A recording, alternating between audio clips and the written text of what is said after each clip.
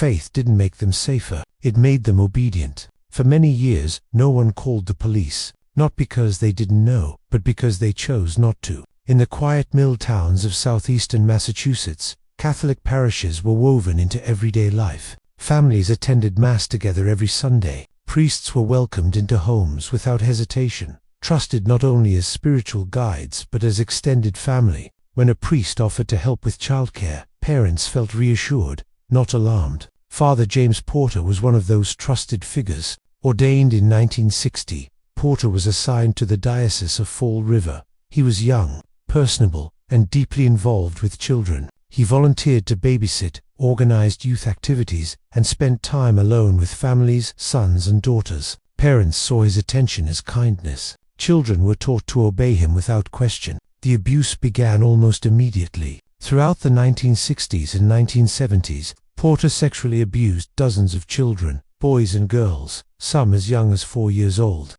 The assaults often took place in victims' homes while Porter was babysitting, or inside church buildings where no one suspected danger. Children tried to speak. Some told their parents. Others showed signs of trauma they couldn't explain. When concerns were raised, parents approached church officials rather than police. In that era, going to the church first was seen as the respectful and proper response. The church listened and chose silence. Internal diocesan records later showed that church leadership was aware of Porter's behavior as early as the 1960s. Multiple complaints were documented. Parents confronted priests. Families expressed fear. Porter himself admitted to abusing children during private meetings with church authorities. Despite this, he was not reported to law enforcement. Instead, Porter was sent for treatment. In the early 1970s, the diocese sent him to the Servants of the Paraclete facility in New Mexico, a treatment center for priests accused of sexual misconduct.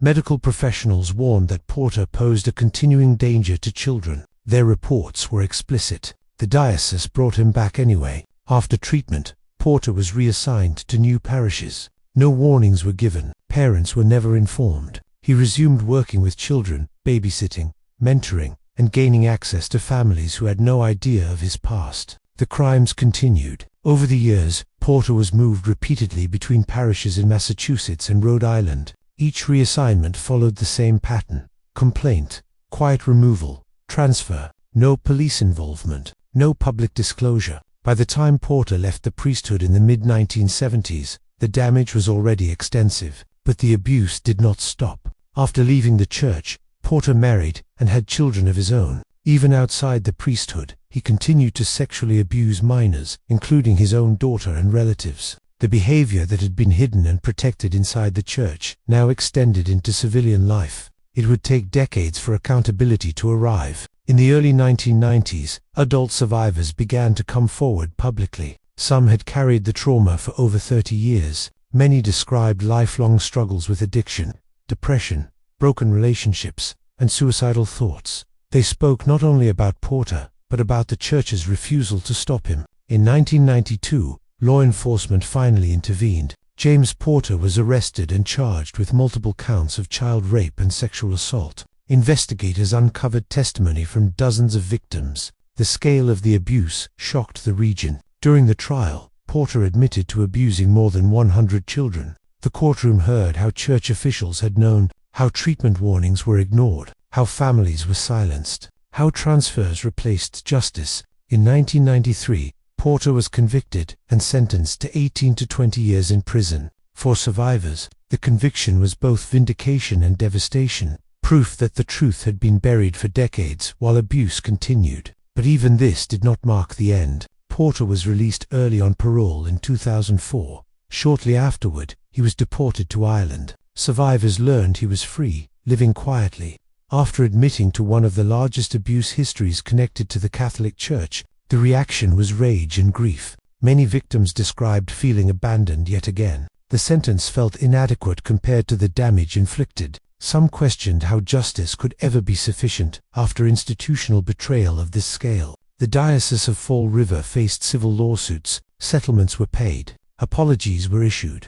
Policies were rewritten. But no church official who protected Porter faced criminal charges. The aftermath rippled outward. Survivors organized support groups. Public trust in the church eroded further. Parents became suspicious of authority that once felt sacred. The idea that silence could be holy was shattered. For many victims, the deepest wound was not Porter's actions alone. It was knowing that adults who could have stopped him chose not to. They had reports, they had confessions, they had professional warnings, and still, they sent him back into homes filled with children. The reflection is unavoidable. James Porter did not deceive the church. He confessed. He sought treatment. He admitted his crimes. What protected him was not denial. It was accommodation. A system that believed scandal was more dangerous than abuse. A hierarchy that treated children as collateral damage in the preservation of image. And when the truth finally surfaced, decades too late, it revealed something far more disturbing than one man's crimes. It revealed a system that knew and chose silence. At this point in the full documentary, the midpoint has been reached. Which of these cases shocked you the most? Let us know in the comments. What part of this case shocked you the most? Would you have escaped or fallen into the trap? Let me know in the comments. They didn't just betray their faith, they hunted the people who trusted them. These are the preachers who used the pulpit as a weapon. Millions trusted them as spiritual leaders, but behind closed doors, they were hiding crimes darker than anyone imagined. Tonight, we expose pastors who used faith as their greatest weapon. The story of Warren Jeffs is a chilling example of a spiritual leader whose pursuit of wealth and power eclipsed every moral and ethical boundary. Jeffs rose to prominence as the president of the Fundamentalist Church of Jesus Christ of Latter-day Saints, FLDS, presented himself as a prophet, a man directly chosen by God to guide his followers. From the outside, his ministry promised divine guidance, eternal salvation, and blessings for those who obeyed his teachings. Yet behind the facade of righteousness lay a system of manipulation, control, and exploitation designed to consolidate his power, expand his wealth, and silence dissent. Warren Jeffs was born into a polygamist family in the 1950s in Utah. From an early age, he was groomed to assume a leadership role within the FLD, a sect that splintered from mainstream Mormonism and adhered to practices long outlawed, including plural marriage. His father, Rulon Jeffs, was the church's prophet and patriarch, and young Warren observed closely how authority and religious reverence could be used to command obedience and instill loyalty. He learned the mechanics of control, the careful balance of fear, reward, and religious justification, and how personal ambition could be cloaked as divine mandate. By the time he assumed leadership after his father's death in 2002, he was already well versed in using the trappings of faith to achieve his own ends. Once in power, Jeffs expanded the influence of the FLDS through a combination of charisma, fear, and meticulous organization. He traveled extensively among FLDS communities in Utah and Arizona, delivering sermons that framed obedience as a pathway to salvation. He dictated personal aspects of his followers' lives, including who they could marry, where they could live, and how they were expected to contribute financially to the church. Jeffs insisted that tithes and offerings be paid promptly, framing them as divine requirements and the cornerstone of spiritual devotion. Those who questioned him were cast out, shunned, or threatened with eternal damnation. In this environment, wealth accumulation was not incidental. It was a manifestation of obedience and loyalty, reinforcing his authority and control. Jeffs' methods of financial exploitation were sophisticated. Members of the FLDS were required to turn over land, property, and money to the church, often at below market value, under the pretense that their contributions would support religious activities and community welfare. In reality, Jeffs maintained a luxurious lifestyle funded by these contributions. He owned multiple properties, maintained personal vehicles, and controlled a network of assets that enabled him to consolidate influence, while keeping the congregation in a state of dependency. His financial empire was not just about material gain, it was a mechanism of power, ensuring that followers remained beholden to his directives and unable to challenge his authority without risking economic and social ruin. The darker aspect of Jeffs' leadership extended beyond finances. He systematically manipulated the lives of vulnerable members, particularly young women and girls, arranging marriages that reinforced his power and the loyalty of their families. He dictated intimate relationships, leveraging religious doctrine to coerce compliance. Girls as young as 12 were married off to older men or to Jeffs himself, often under threat of spiritual punishment or ostracization. Families who resisted faced social isolation, threats, and a looming specter of divine disfavor. This combination of moral authority, psychological pressure, and financial control created a culture in which questioning leadership was nearly impossible. The situation reached a tipping point when former members began speaking out. They described the pervasive fear, the financial exploitation, and the systemic abuse of women and children. One former follower recalled being forced to surrender her personal savings to the church under the threat of divine wrath. Another spoke of the emotional trauma of being separated from family members who refused to comply with Jeff's directives. The narratives were consistent, a pattern of manipulation, coercion, and exploitation designed to maintain absolute loyalty to the leader. Media scrutiny intensified after Jeffs was placed on the FBI's 10 Most Wanted list in 2006. He had fled after being charged with multiple counts of sexual misconduct involving minors. Law enforcement investigations revealed the breadth of his criminal enterprise. Not only had he committed sexual crimes, but he had also directed a system that coerced members into giving money and property under the guise of religious duty. The financial aspect of his operation, the forced contributions, the seizure of assets,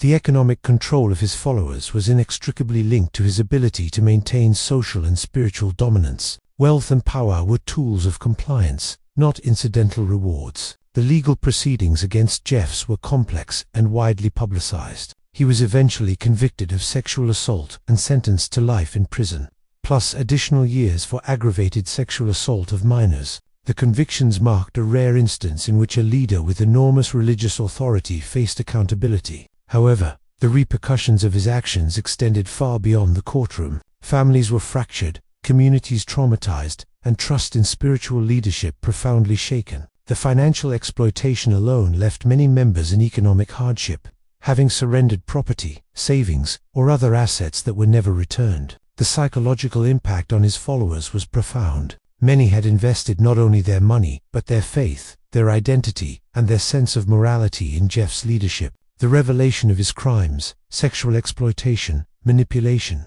and financial coercion, created a dual sense of betrayal, spiritual and material. Those who left the FLDS described years of confusion, shame, and difficulty trusting both religious institutions and personal relationships. The manipulation of faith as a tool for personal gain left scars that extended far beyond the immediate victims of sexual abuse or financial coercion. It eroded the very foundation of communal and individual morality. Jeff's story also catalyzed broader public discourse about the intersection of religion, power, and wealth. Legal scholars, sociologists, and theologians debated how charismatic leaders could wield authority in ways that bypassed traditional accountability mechanisms. Law enforcement agencies studied the mechanisms of control within closed religious communities, highlighting how economic dependence, social isolation, and doctrinal enforcement can combine to suppress dissent and conceal wrongdoing. The FLDS case became emblematic of the dangers inherent when spiritual authority is unchecked,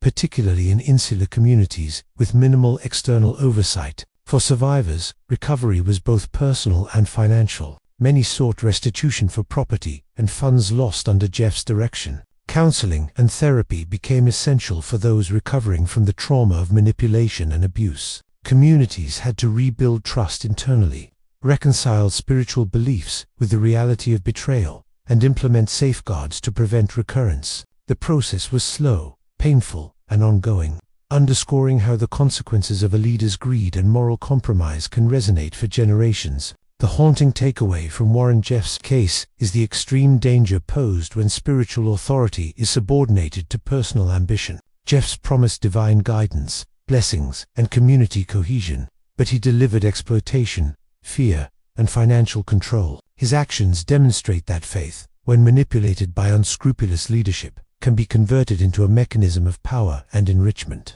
leaving followers vulnerable to material and emotional devastation. It is a stark reminder that morality and money must never be allowed to become interchangeable in the hands of those who claim divine authority. Even today, the shadow of Jeff's leadership lingers. Former followers continue to grapple with the dual impact of spiritual and financial exploitation. The case remains a reference point for discussions on religious accountability, the ethical responsibilities of clergy, and the need for vigilance in communities where authority is concentrated in a single individual. The story of Warren Jeffs is not merely a tale of personal corruption. It is a cautionary narrative about the human cost when faith is weaponized, trust is violated, and wealth is pursued at the expense of morality. What part of this case shocked you the most? Let me know in the comments. The story of Benny Hinn is a revealing account of how immense influence, spiritual authority, and public trust can be exploited for personal wealth and comfort. Benny Hinn, known for his miracle crusades and televised healing services, built an empire that spanned decades, attracting millions of viewers and followers from around the world. Two audiences. Hinn was a spiritual conduit, a man who could channel divine power, perform miraculous healings, and deliver tangible blessings to those willing to embrace faith. Yet beneath the spectacle of healing services and promises of prosperity lay a calculated system in which donations were solicited, trust was manipulated, and wealth was amassed, raising questions about the ethical limits of religious leadership. Hinn was born in 1952 in Jaffa, Israel, into a Greek Orthodox family, but he converted to Pentecostalism as a young man and quickly developed a reputation for spiritual fervor and public charisma. By the 1970s, he was traveling extensively, preaching revival meetings, and attracting a devoted following in North America. Hinn's early sermons emphasized faith, divine healing, and the power of God to transform lives, which resonated deeply with audiences seeking hope, relief from illness, and spiritual reassurance. His appeal was not merely theological but psychological. He instilled a sense of possibility, belonging, and empowerment, creating a loyal base of followers who believed his ministry was divinely sanctioned. The expansion of Benny Hinn Ministries coincided with the rise of televangelism and the global reach of television networks. His miracle crusades were broadcast internationally, allowing Hinn to connect with millions of viewers, solicit donations, and cultivate a brand synonymous with divine healing and financial prosperity. He encouraged congregants to give generously, framing contributions as a spiritual act that would unlock God's blessings in their own lives. The theology of giving was deeply intertwined with the prosperity gospel. Donors were promised that their offerings would result in healing, protection, financial success, and favor. The messaging was powerful, emotionally compelling, and extremely effective in generating substantial revenue. By the 1990s, Hinn's ministry had grown into a multi-million-dollar operation, with revenue streams derived from televised donations, book sales, overseas tours, and merchandise associated with his teachings. Investigations later revealed the scale of Hinn's financial empire. Private jets, luxury homes, and opulent accommodations for himself and ministry staff were funded by donations from followers, who often contributed far beyond their means. Critics accused Hinn of exploiting faith to finance a lavish lifestyle, arguing that the spiritual and emotional manipulation of congregants was an integral part of his fundraising strategy. In public, Hinn maintained that the wealth was necessary to further God's work, but the disparity between the lives of donors and the luxury of the ministry raised ethical and legal concerns. The controversy surrounding Benny Hinn escalated in the early 2000s when investigative journalists, religious watchdog groups, and regulatory authorities began examining the financial practices of his ministry. Reports highlighted inconsistencies in accounting, potential misappropriation of funds, and extravagant expenditures that appeared unrelated to charitable or spiritual purposes. Critics argued that the accumulation of wealth by Hinn and his inner circle was disproportionate to the needs of the ministry's charitable or spiritual mission, suggesting a pattern in which public trust was leveraged for personal gain. The emotional and spiritual impact on followers was profound. Many individuals donated life savings or relied on Hinn's promises of divine intervention during desperate periods of illness, debt, or personal crisis. When miracles failed to materialize as promised, some followers experienced disillusionment, emotional distress, and a crisis of faith. The sense of betrayal was compounded by the realization that contributions intended to facilitate spiritual and communal good had instead funded a system designed to elevate the pastor's personal wealth and status. The resulting psychological trauma was widespread, affecting both individual believers and broader communities that had invested emotionally and financially in the ministry. Hinn faced public scrutiny on multiple fronts. In 2007, a U.S. Senate investigation into televangelists specifically questioned the financial practices of Hinn and other prominent ministries. The investigation sought to determine whether tax-exempt donations were being used appropriately, whether donors were misled regarding the purpose of their contributions, and whether oversight mechanisms were sufficient to prevent abuse. Although Hinn ultimately cooperated with authorities and maintained that he had not intentionally defrauded anyone, the publicity surrounding the investigation intensified criticism and exposed the vulnerability of followers who trusted him implicitly. The legal and regulatory attention also prompted introspection within religious communities. Scholars and theologians debated the ethical boundaries of prosperity gospel teachings,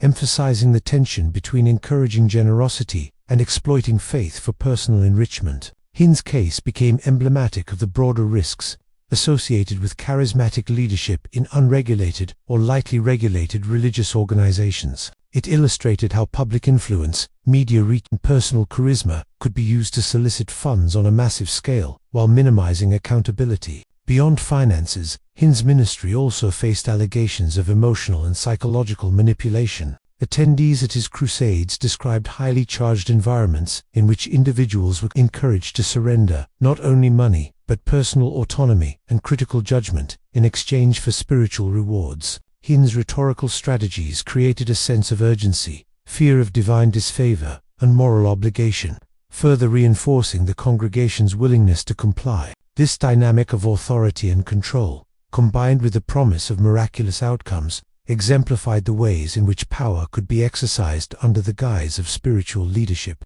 The aftermath of the scandal and public scrutiny did not end Hinn's influence, though it did alter public perception. He continued to travel, preach, and maintain a television presence, but the warnings to prospective donors and the heightened skepticism among religious communities created a more cautious environment. Followers who remained loyal often did so from personal conviction, selective interpretation of teachings, or belief in the transformative power of Hinn's services, while others distanced themselves entirely, disillusioned by what they perceived as the exploitation of trust for personal gain. The enduring lesson from Benny Hinn's story is the dual-edged nature of charisma and spiritual authority. Hinn promised healing, prosperity, and divine favor, but delivered a system in which faith was monetized.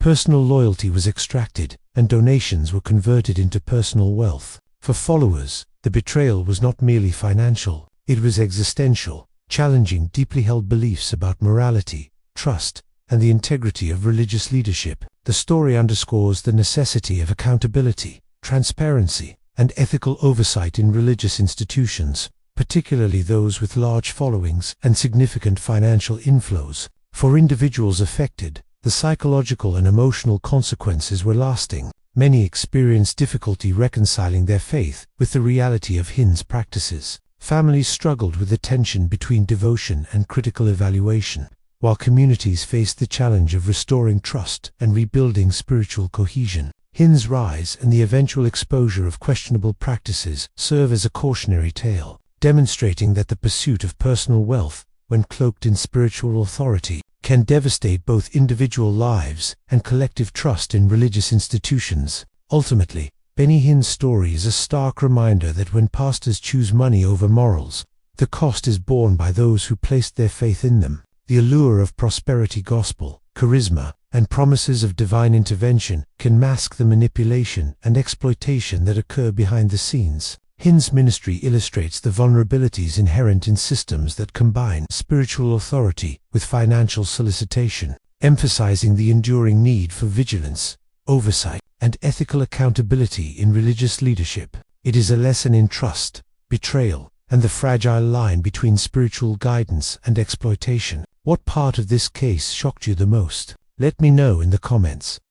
The story of Robert Tilton is a disturbing account of a spiritual leader whose pursuit of wealth overshadowed every moral obligation to his followers. Robert Tilton, once a prominent televangelist in the 1980s and 1990s, rose to fame through his program Success in Life, which combined motivational preaching, televised prayers, and solicitation of donations with promises of divine blessing. Tilton's message resonated with millions of Americans who sought hope, financial security, and spiritual guidance. His sermons emphasized that God rewards faithfulness, obedience, and giving, particularly through financial contributions to the ministry. On the surface, Tilton appeared devoted to uplifting the faithful, but investigations revealed a calculated exploitation of trust, faith, and generosity. Tilton's early career reflected a combination of ambition, showmanship, and religious zeal. Born in 1946 in Texas, he began preaching in local churches and quickly demonstrated an ability to connect with audiences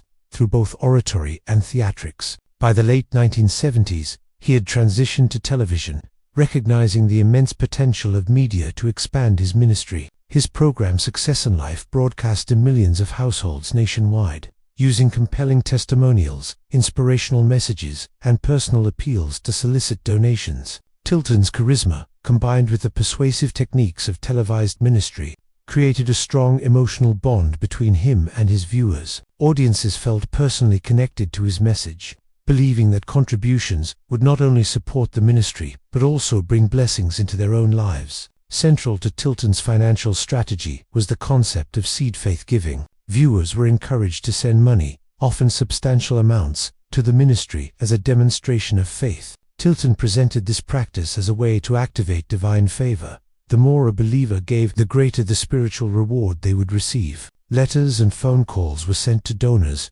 reinforcing the notion that financial contributions were spiritually essential. Testimonials from miracle recipients, often staged or exaggerated, were used to encourage compliance, creating an environment in which faith and financial giving were tightly intertwined. By the late 1980s, Tilton's ministry had grown into a multi-million-dollar enterprise. Investigations later revealed that donations were being mismanaged, misappropriated, or diverted for personal benefit. Tilton personally benefited from extravagant salaries, luxurious housing, and high-cost production for his broadcasts, which included expensive trips, elaborate television sets, and lavish events. Critics argued that these expenditures were inconsistent with the claimed spiritual mission of the ministry and reflected a deliberate strategy to monetize trust and devotion. In effect, Tilton had turned acts of faith into a revenue-generating mechanism that enriched himself at the expense of his followers. The scandal surrounding Tilton's operations intensified in the early 1990s when investigative journalism exposed financial misconduct. ABC's Primetime Live conducted an extensive investigation, revealing that donation envelopes from viewers were being discarded or ignored. Even as Tilton publicly promised that each contribution would yield blessings, donors were misled to believe that their money was being used for charitable purposes, healing services, and ministry expansion, while a significant portion was diverted to fund Tilton's personal lifestyle. The reports painted a picture of systemic deception, highlighting the ways in which media influence, charisma, and religious authority had been leveraged to mislead millions. Tilton's response to the scandal was mixed. Publicly, he denied intentional wrongdoing, claiming that all contributions were used appropriately and that any discrepancies were administrative errors. Internally, however, legal documents and testimony revealed that the ministry had maintained an organizational culture in which financial transparency was minimal and accountability structures were weak. Employees and volunteers,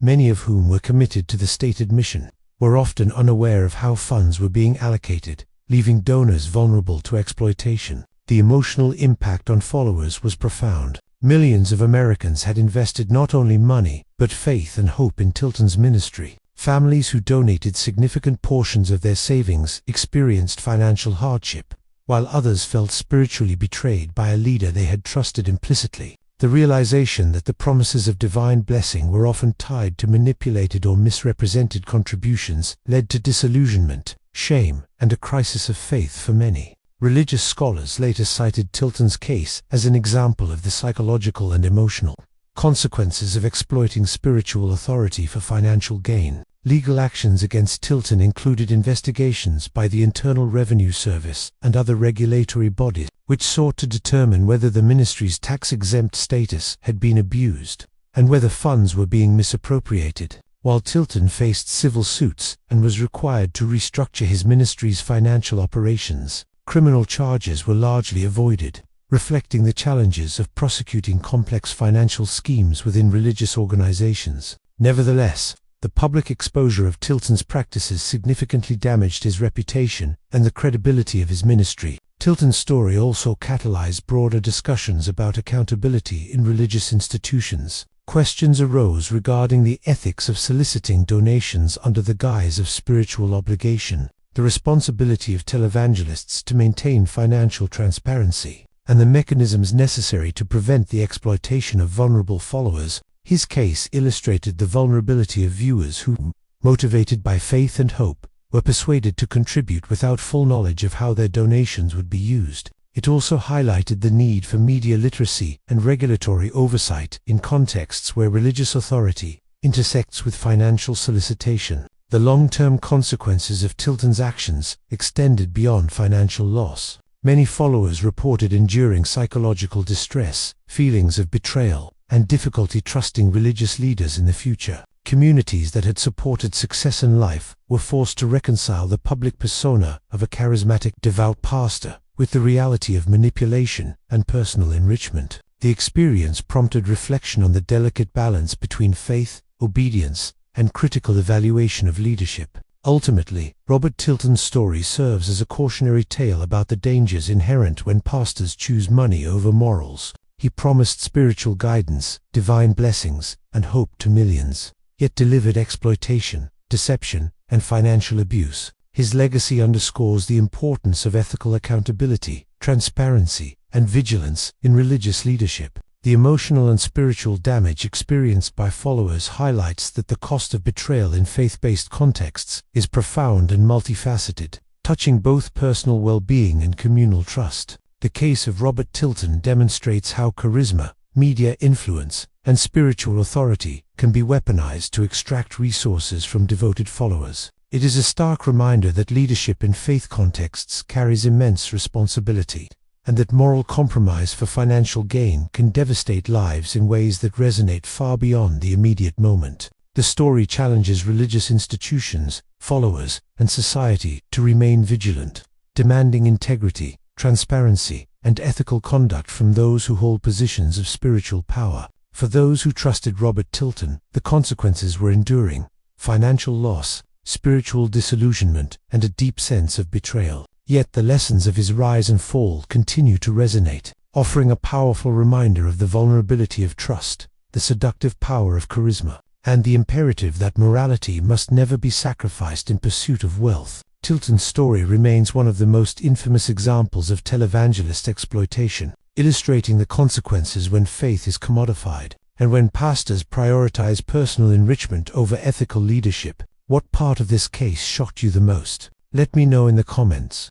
The story of Eddie Long is a harrowing example of how pastoral authority can be leveraged to exploit faith, finances, and trust. Eddie Long, a prominent bishop of New Birth Missionary Baptist Church in Atlanta, Georgia, rose to national attention as a charismatic spiritual leader with a congregation that swelled into tens of thousands. Known for his compelling sermons, magnetic presence, and promises of prosperity and spiritual guidance, Long cultivated a devoted following who placed deep trust in his leadership. Yet beneath the polished public image, allegations of financial manipulation, coercion, and abuse emerged, revealing a pattern in which the pursuit of wealth and control overshadowed moral responsibility. Eddie Long was born in 1953 in Charlotte, North Carolina, and his early life was marked by a strong commitment to religion and public service. He demonstrated exceptional speaking skills and quickly became involved in ministry work, eventually founding New Birth Missionary Baptist Church in the 1980s.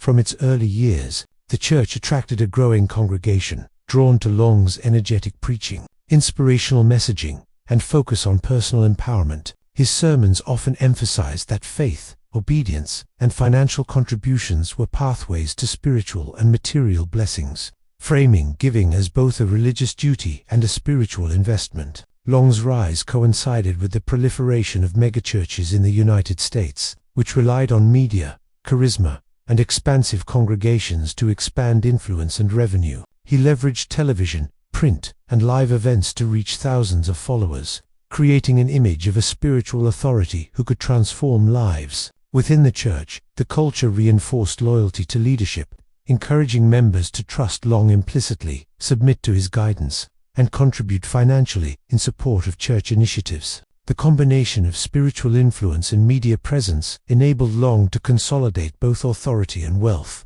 creating a system in which personal devotion was tied closely to material support. Financially, Eddie Long's ministry became a multi-million-dollar operation. Reports indicated that the church purchased luxury properties, maintained expensive vehicles, and funded high-cost projects under the guise of spiritual mission work. Followers were encouraged to give generously, often exceeding their means, with the understanding that their donations would yield divine favor and prosperity. Investigations later revealed that these contributions were frequently used to support Long's lavish lifestyle, as well as to consolidate power within the church hierarchy. The disparity between the spiritual promises offered to followers and the personal enrichment of Long became a focal point of criticism and controversy. The scandal surrounding Eddie Long escalated in 2010, when multiple young men came forward alleging sexual misconduct and coercion. These claims described a pattern of exploitation in which Long allegedly used his pastoral authority to manipulate vulnerable congregants,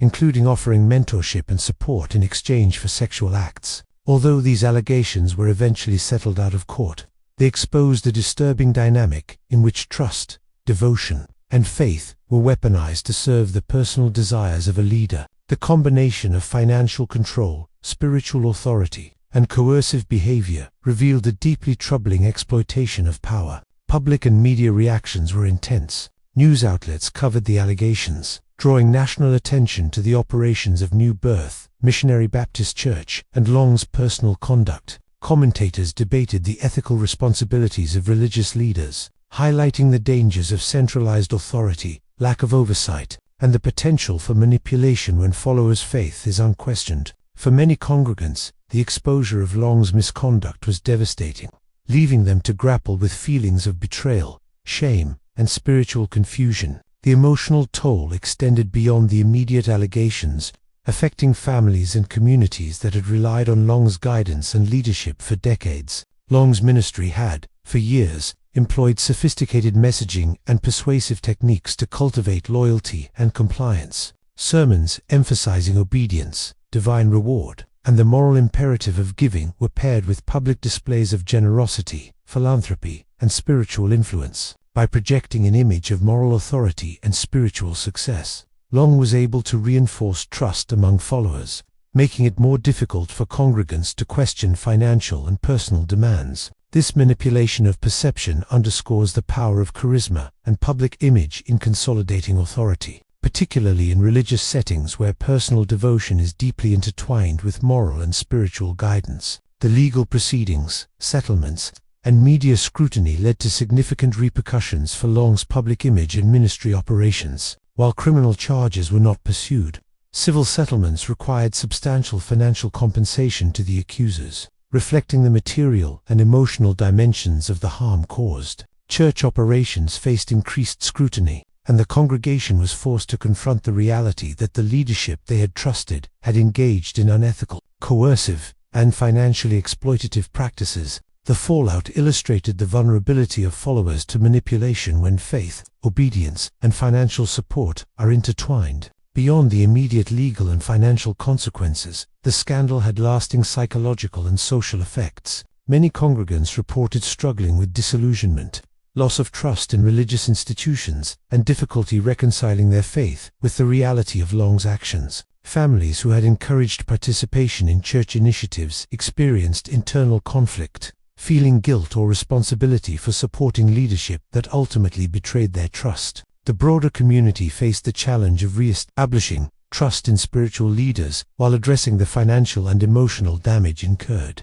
The case of Eddie Long highlights the dangers inherent in centralized spiritual authority, particularly when combined with financial solicitation and limited oversight. His ability to leverage charisma, media influence, and religious devotion to accumulate wealth and manipulate followers underscores the vulnerability of congregants to exploitation. It also demonstrates the importance of transparency, accountability, and ethical leadership within religious institutions, where the stakes involve not only financial resources but the spiritual and emotional well-being of individuals. Ultimately, Eddie Long's story serves as a cautionary tale about the consequences of prioritizing personal enrichment and control over moral responsibility. Followers trusted him with their faith, their finances, and their personal lives, and in return, many experienced exploitation, betrayal, and harm. His rise and fall illuminate the complex dynamics of power, faith, and accountability in religious organizations and serve as a reminder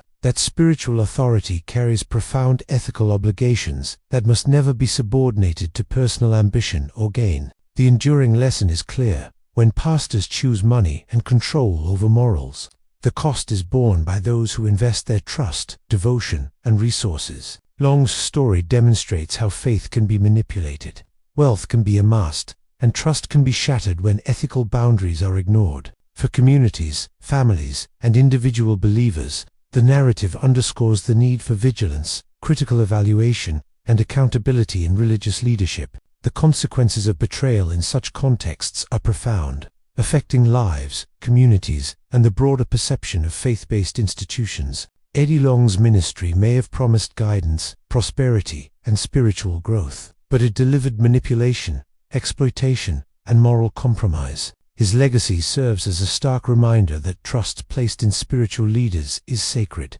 and that ethical responsibility must never be sacrificed for personal gain, wealth, or power. For those who are deceived, the emotional, financial, and spiritual impact remains a powerful testament to the dangers of unbridled authority in religious contexts. What part of this case shocked you the most? Let me know in the comments. The story of Paula White is an unsettling example of how spiritual authority can be leveraged for personal gain, and how the promise of divine favor can be converted into a tool for financial enrichment.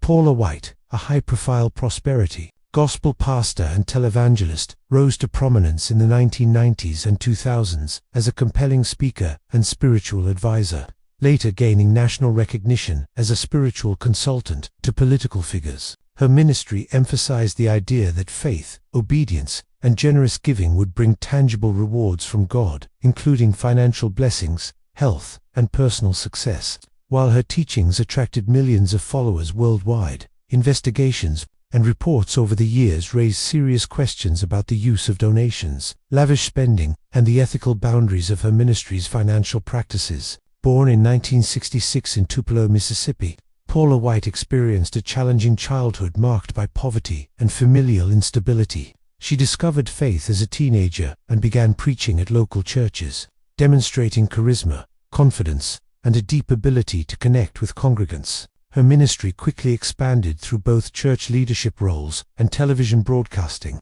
White became known for her dynamic presence, inspirational messages, and the central promise of the prosperity gospel, that God would reward faithful and generous followers with material success. This message resonated deeply with those seeking hope, stability, and a sense of purpose, drawing a loyal base of congregants who trusted her guidance and leadership.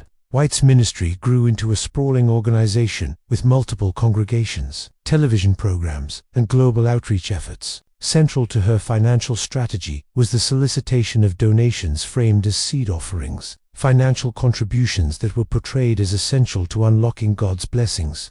Viewers and congregants were encouraged to give generously, often with the promise of specific returns, both spiritual and material. The approach was highly effective. Millions of dollars were raised annually, allowing the ministry to operate on a scale that included television production, event hosting, and international outreach. However, scrutiny arose when critics suggested that a significant portion of these funds was being diverted for personal enrichment, rather than charitable or spiritual purposes. Investigations into Paula White's finances revealed patterns of high-value property acquisitions, luxury travel, and personal expenditures that were funded by donations from followers. White reportedly owned multiple residences, used ministry funds to maintain a lavish lifestyle, and directed significant resources toward personal branding and media presence. While her supporters defended these expenditures as necessary to advance the ministry and reach more people, detractors argued that the disparity between the wealth of the pastor and the struggles of her followers demonstrated an exploitation of trust and faith. The ethical implications of such financial practices became a central point of public discussion, raising questions about the responsibilities of religious leaders toward their congregants.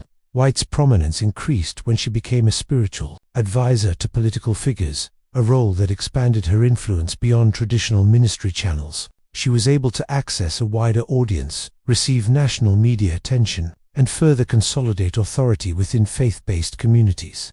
Yet the combination of political visibility and prosperity gospel messaging intensified scrutiny. Critics raised concerns about conflicts of interest, potential misrepresentation of donations, and the prioritization of personal visibility and influence over the spiritual and financial welfare of followers. The expansion of her platform illustrated how charisma, media presence, and perceived spiritual authority could be leveraged to attract significant resources and attention. The emotional and spiritual impact on followers was profound. Many individuals invested not only financially but emotionally, believing that their contributions would bring divine favor, personal blessings, and protection. When promises failed to materialize as anticipated, some followers experienced disappointment, disillusionment, and a crisis of faith. Others, witnessing the contrast between the luxury of White's lifestyle and their own financial struggles, reported feelings of betrayal and manipulation. The psychological toll of realizing that trust had been exploited highlighted the vulnerabilities of congregants who placed unwavering faith in charismatic leadership.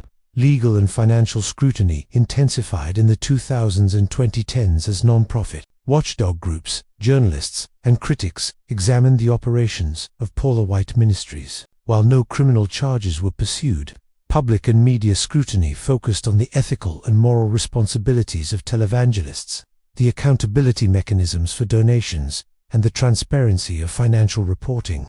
These investigations underscored the tension between freedom of religious expression and the need to protect followers from exploitation, particularly when donations are solicited under promises of divine reward. White's ministry also faced internal criticism from former employees and congregation members. Accounts described a culture in which dissent was discouraged. Questions about financial transparency were minimized, and leadership decisions were presented as divinely mandated. Followers who sought clarification or accountability were sometimes met with spiritual admonishment, reinforcing the dynamic in which obedience and financial support were tied closely to the perceived favor of God. This system of control allowed White to maintain authority, consolidate resources, and continue expanding her influence without significant internal resistance. The long-term consequences for followers were multifaceted. Financially, some donors experienced hardship after contributing substantial sums to the ministry.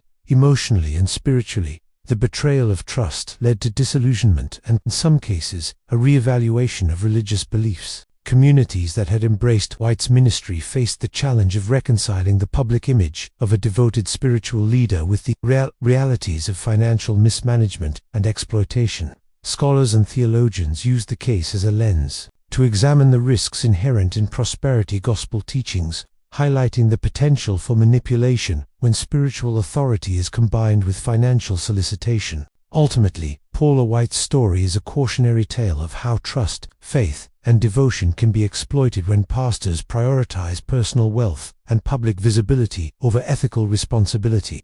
She promised divine favor, healing, and prosperity, but delivered financial manipulation and moral compromise. Her ministry serves as a powerful example of the dangers posed when spiritual authority is weaponized, and when followers' faith is monetized in ways that serve the personal ambitions of leaders. The enduring lesson from this scandal is the fragility of trust in religious leadership. Faithful followers can be manipulated when promises of divine reward are tied to financial contributions, creating a system in which obedience and giving are leveraged for personal gain.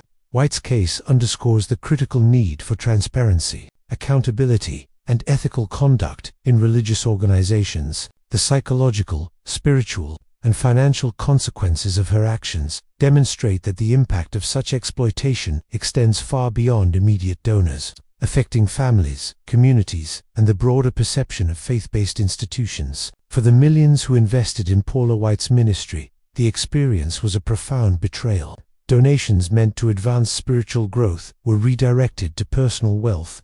Trust in spiritual leadership was undermined, and faith was shaken. Her story remains a compelling warning of the consequences when pastors choose money and influence over moral and ethical responsibility. The narrative challenges congregants, institutions, and society to remain vigilant, demanding integrity, accountability, and ethical leadership from those entrusted with guiding the spiritual lives of others. What part of this case shocked you the most? Let me know in the comments.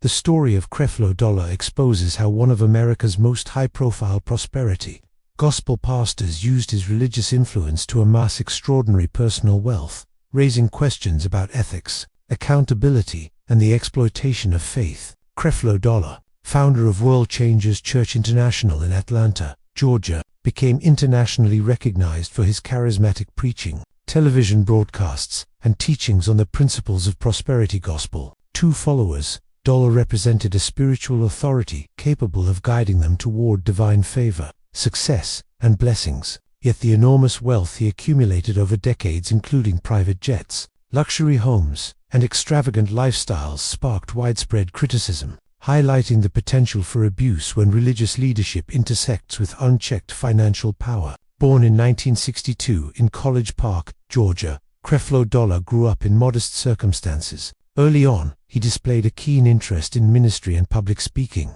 eventually founding World Changers Church International in 1986. The church began as a small congregation, but quickly expanded under Dollar's charismatic leadership. He utilized television, radio, and public events to reach a broader audience, emphasizing that God rewards faithfulness, generosity, and obedience with material and spiritual abundance. Central to his message was the concept of seed faith giving, the idea that donations to the ministry would yield tangible blessings in the donor's life. By the 1990s and 2000s, Dollar's ministry had become a multi-million-dollar operation. His television programs, including Creflo Dollar Ministries, aired globally, reaching millions of viewers. Donations poured in from congregants and television audiences who believed their contributions would unlock divine favor. While many followers experienced personal inspiration and community support, the revelations about Dollar's personal wealth sparked controversy.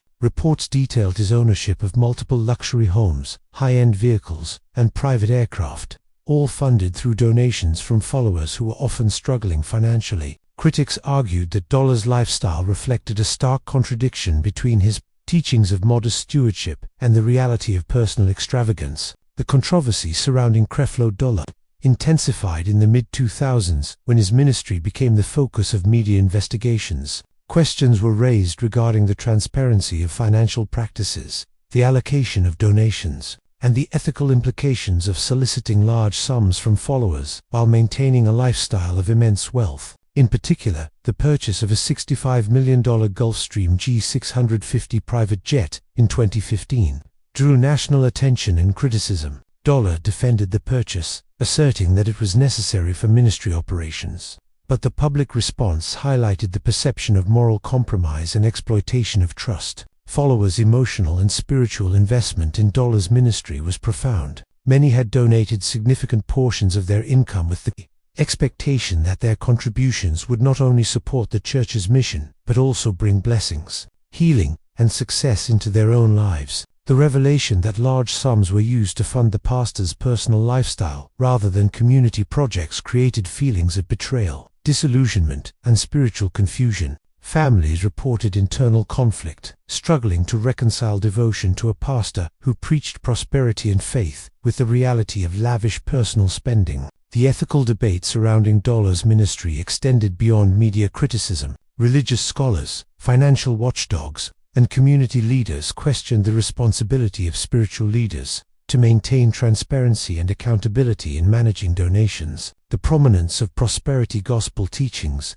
coupled with Dollar's high-profile persona, illustrated the inherent risks of concentrated spiritual authority. When a single leader controls both messaging and finances, the potential for exploitation increases, and followers are particularly vulnerable to manipulation. Dollar's defense often rested on theological justification. He maintained that the wealth of the pastor could be used as a tool to expand ministry outreach, fund charitable initiatives, and inspire followers to embrace the principles of faith-based financial success. To supporters, Dollar's wealth was a sign of God's favor, a manifestation of the very prosperity he preached. To critics, however, it was a glaring example of moral compromise, the accumulation of wealth at the expense of followers' trust and financial security, cloaked in the language of spiritual necessity. The long-term impact of Dollar's ministry on followers has been complex. While some congregants continue to find inspiration, guidance, and community support through his church, others have distanced themselves, disillusioned by the disparity between promises of spiritual prosperity and the reality of personal enrichment. Studies of prosperity gospel ministries indicate that such discrepancies can create cognitive dissonance, causing individuals to question faith, personal judgment, and the legitimacy of religious institutions. The psychological and emotional consequences are often compounded when individuals invest significant resources, both material and spiritual, into a ministry that prioritizes leadership enrichment over communal well-being. The public scrutiny surrounding Creflo's ministry also prompted discussions about regulatory oversight, financial accountability, and ethical responsibilities in religious organizations. While religious freedom protects the right of spiritual leaders to teach and solicit donations, the case underscores the tension between legal authority, moral responsibility, and the protection of vulnerable followers. Financial disclosure, independent audits, and governance structures are critical safeguards to ensure that donations are used in accordance with stated purposes, particularly in organizations wielding immense influence and authority. Ultimately, Creflo's story serves as a cautionary tale about the intersection of faith, wealth, and ethical responsibility. The promise of prosperity, when tied to financial contributions, can become a tool for exploitation, particularly when accountability structures are weak and authority is concentrated. Followers who invest emotionally, financially, and spiritually may be vulnerable to manipulation, highlighting the need for vigilance and critical evaluation in religious contexts. Dollar's ministry, while providing spiritual guidance to many, also illustrates the potential for harm when pastors prioritize personal enrichment over the welfare of their congregants. The combination of charisma, media reach, and the theological framing of financial giving created a system in which trust was leveraged for personal gain. The emotional, financial, and spiritual consequences for followers underscore the gravity of such exploitation and the enduring need for accountability, transparency, and ethical leadership in faith-based organizations. In the end, the story of Creflo is a vivid example of how the pursuit of wealth and influence can compromise the moral and ethical responsibilities of religious leaders. For those who placed their faith and finances in his hands, the experience was often transformative, but not always positively. While some found spiritual inspiration, others faced betrayal, disillusionment, and financial loss. The lessons are clear. Faith, trust, and devotion are sacred, and when pastors choose money over morals, the consequences ripple through the lives of countless followers, communities, and institutions that rely on integrity and ethical leadership. What part of this case shocked you the most? Let me know in the comments. For more real-life crime stories, subscribe and stay tuned for the next deep dive.